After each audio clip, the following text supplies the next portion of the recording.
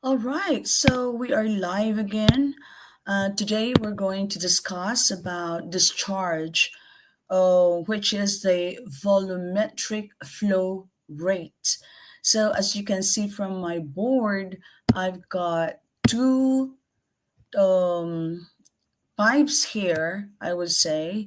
One is circular and the other one is a U-shape um, water vessel, I would say. Okay, so it's a U-shaped water conveyor or a, a structure that would carry water. Um, and another one is a pipe, which is the very common one. The second one is like a channel shape. Okay, channel shape. You can see this in irrigation canals or water conveying structures where it's coming from the upstream going to the downstream. So these are the kind of pipes we have. It's an open pipe. What could be the reason why it's an open pipe? So that if there will be clogging along the way, because we know that when water is coming from the upstream or from the mountains or any a source of water that's coming natural source, I would say, um, and they will be conveyed through canals like this shape in here, the channel. Then of course there will be like debris from um, how would I say, debris from trees, or say because of strong wind there will be some branches of trees or like logs, especially when they are through forests or wooden area. Then of course there will be cut branches and it will clog the flow, or it could be some stones or whatever from that is being deposited because of say animals or natural means, wind or earthquake or whatnot. So it will be deposited in the canals. But for close structure like the pipe, of course, um, the only problem here would be the ends where there will be clogging, maybe. It depends on the source, okay?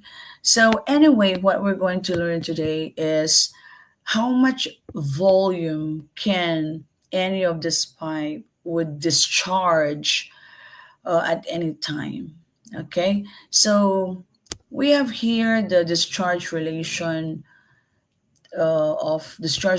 between velocity and area. So the area of the structure has something to do with how much velocity um, it could have to convey the water from one source to the other. And the product of the area and the velocity would be Q. All right, so let's investigate the unit of the Q.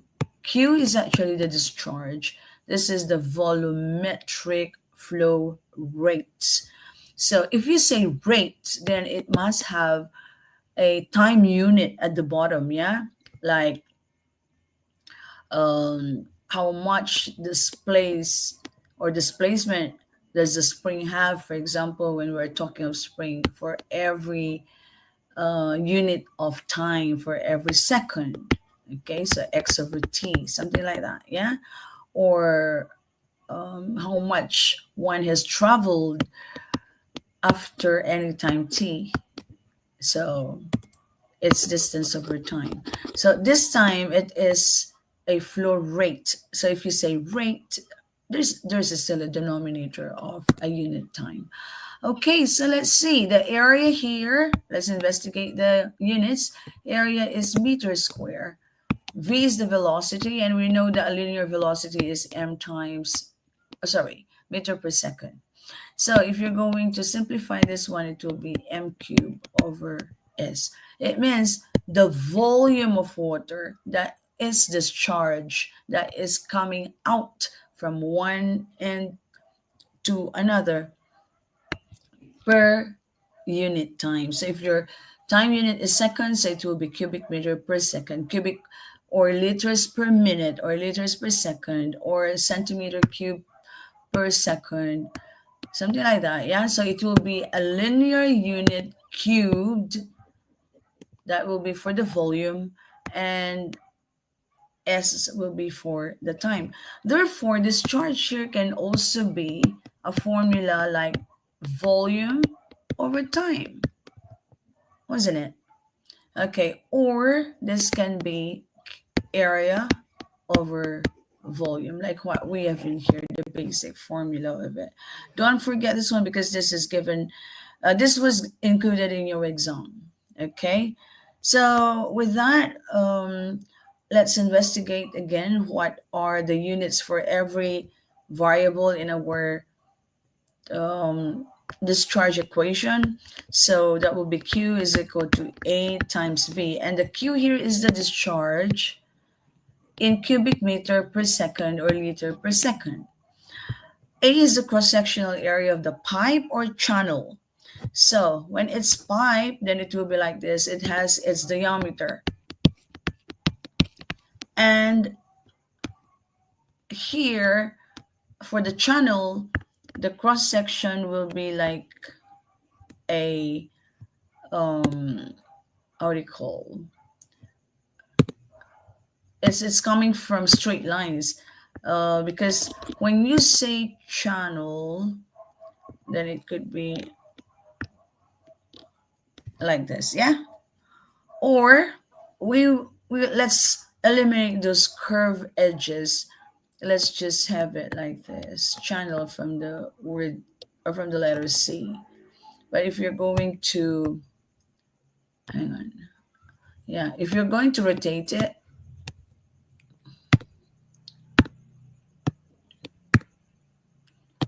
so if you're going to rotate, it will make a U shape, right?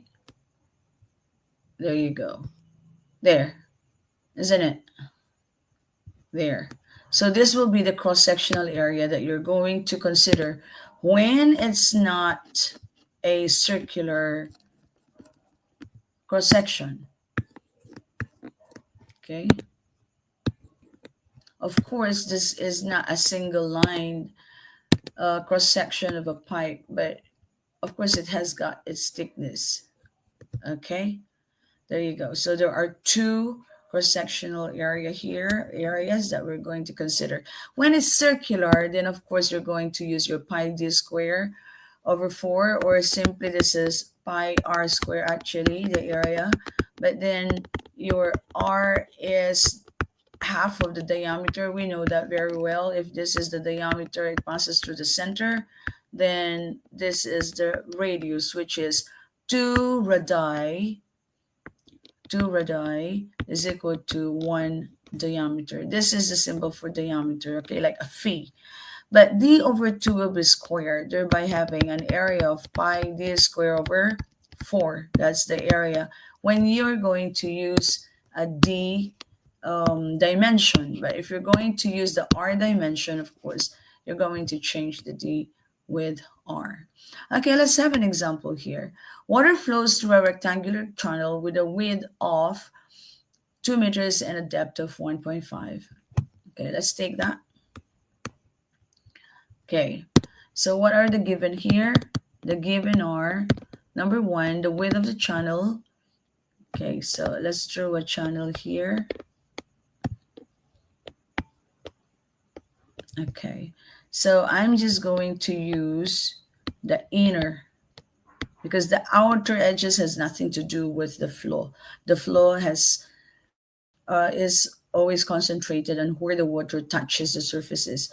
So this will be a width of 2 meter and a depth of 1.5 at an average velocity. So it means that water is getting in here at an average velocity of, so water enters the channel. Hang on. Water enters here. water at an average velocity of 3.5 meter per second. Okay. Determine the discharge. All right. So Q is equal to A times V. Now, the area here will be length times width. So it will just be 2 meters by 1.5 meter. This gives you meters square unit. And the velocity is 3.5 meter per second.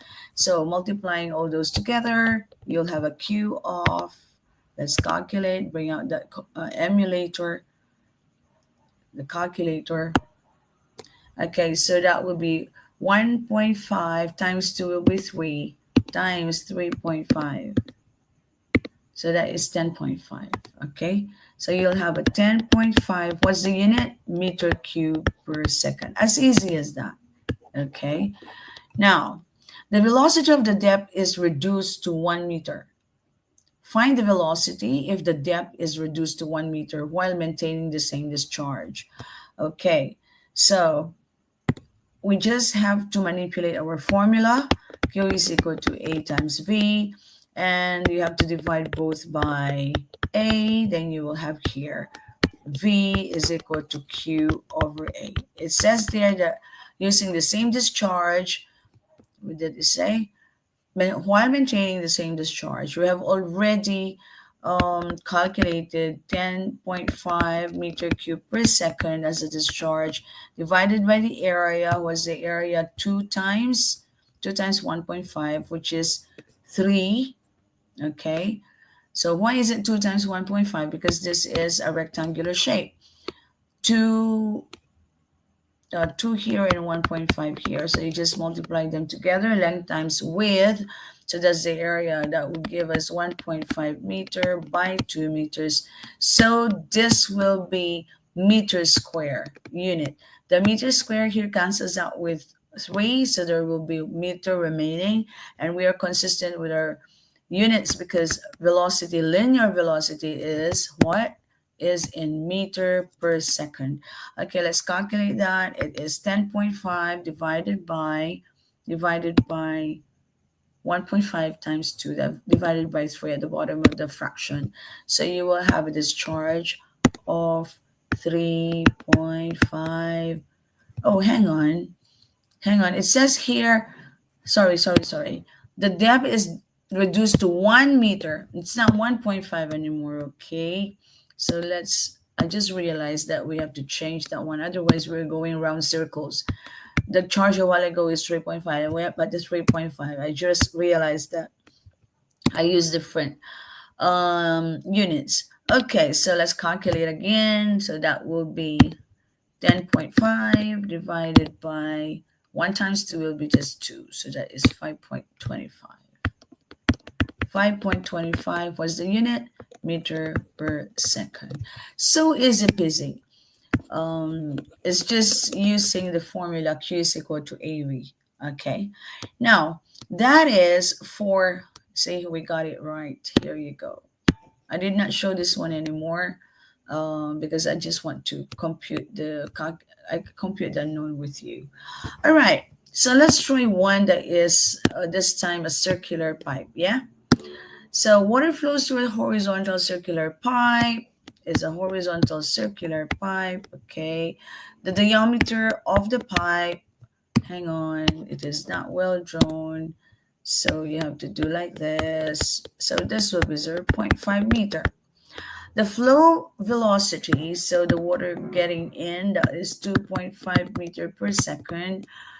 The flow velocity, it could be getting in from one point to the other, or it could be moving out from one point to the other, for as long as the flow rate is 2.5 meter per second. So let's compute for the discharge. The discharge is A times V. The area here would be pi r square. Okay, or that would be times V, or this could be pi d square over 4. Okay, I had shown you a while ago why is pi d squared over 4.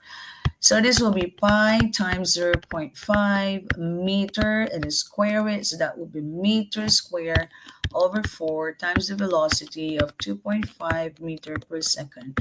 So meter square and meter, that will give you a meter cube per second unit. All right, so let's calculate this time. We've got, okay, remove this first, shift. Okay, so pi is there times, hey, what happened? Pi times bracket. Oh, why is it becoming double? Okay, so that is 0.5. Hey, why? I think I'm pressing it too much. 0.5. What's happening? Times 0.5 square. That's it. Divided by 4 times 2.5 is equal to, that's it, 0.4909. 0.4909. Did I? 0.4909. That's it. Hang on. Let me just 0.4909. All right, so that is the discharge. It's, for me, it's not really, how do you call, dealing with decimals sometimes is not really convincing. So let's just multiply this by liters. So 1,000 liters is equal to 1 cubic meter. Yeah, 1,000 liters is equal to 1 cubic meter. There. And the meter cube and meter cube cancels out. Okay, meter cube and meter cube cancels out. So you will have times 1,000. So that is 490,123.4 liters per second. Okay.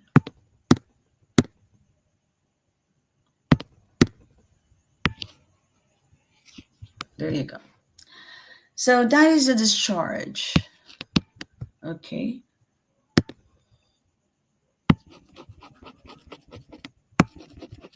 There. Now, what's the other unknown? The velocity. What's the velocity if the diameter is reduced to 0.3 meter while maintaining the same discharge? Okay. 0.3 will be the new diameter. So let's have the calculation down here. So Q is equal to AV. That will be pi 0.3. This is the new diameter. What if the diameter will be reduced to 0.3? So that will be pi d squared over 4. And then times the velocity of, what did it say? Velocity is what we're going to, hey, the velocity is what we're going to find out. Okay, and then the discharge will be the same, 490. If we're going to maintain that, 490.4.